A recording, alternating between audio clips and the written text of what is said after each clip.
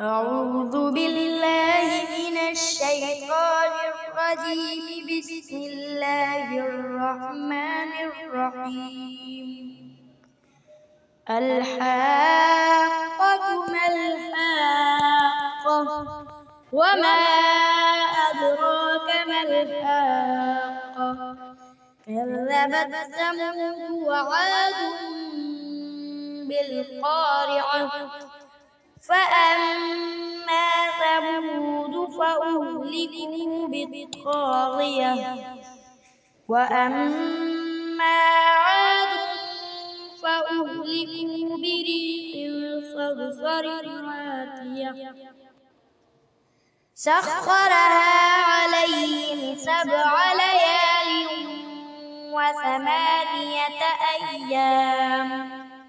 وثمانية أيام حسوما فترى القوم فيها صرعا كأنه أعجاز نخل خاوية فهل ترى لهم من باقية وجاء فرعون ومن قبله والمؤتفكات بالخاطئة فعصوا رسول ربهم فأخذهم أخذة رابية إنا لما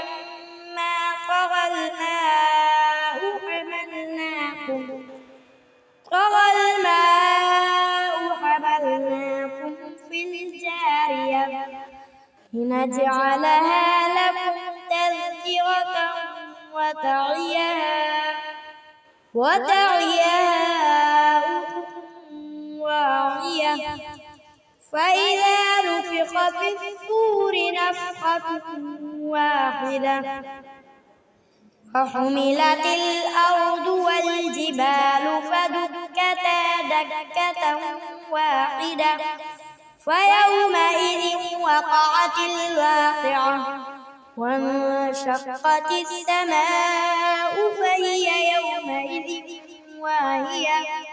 والملك على أرجائها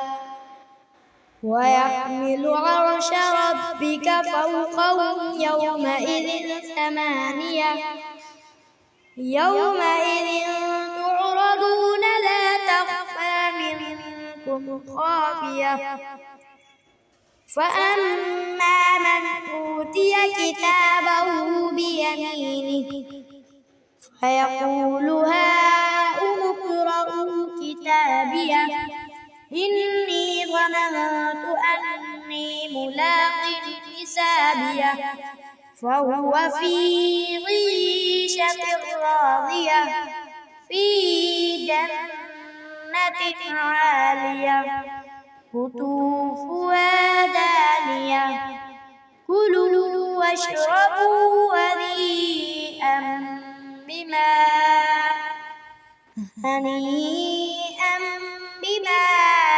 أسلفتم في الأيام الخالية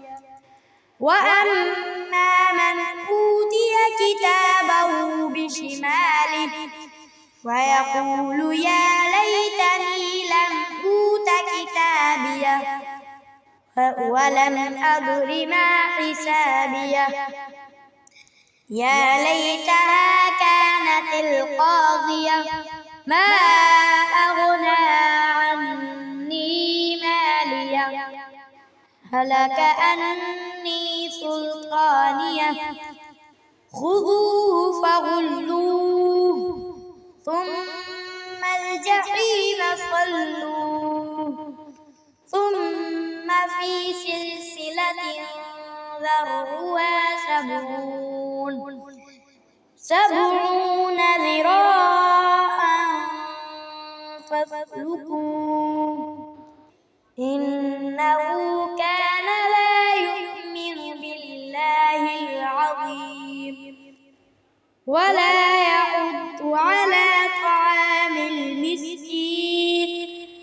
فليس له اليوم هاهنا حميم ولا طعام إلا من غسلين لا يأكله إلا الخاطئون لا يأكله إلا الخاطئون فلا أقسم بما تبصرون وما لا تبصرون إنه لقول رسول كريم وما هو بقول شاعر قليلا ما تؤمنون ولا بقول كاهن قليلا ما تذكرون تنزيل من رب العالمين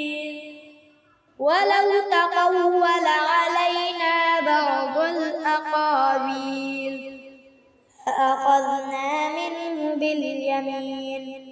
لأخذنا منه باليمين ثم لقطعنا منه الوتين فما منكم من أحد عنه حاجزين وإنه لتذكرة للمتقين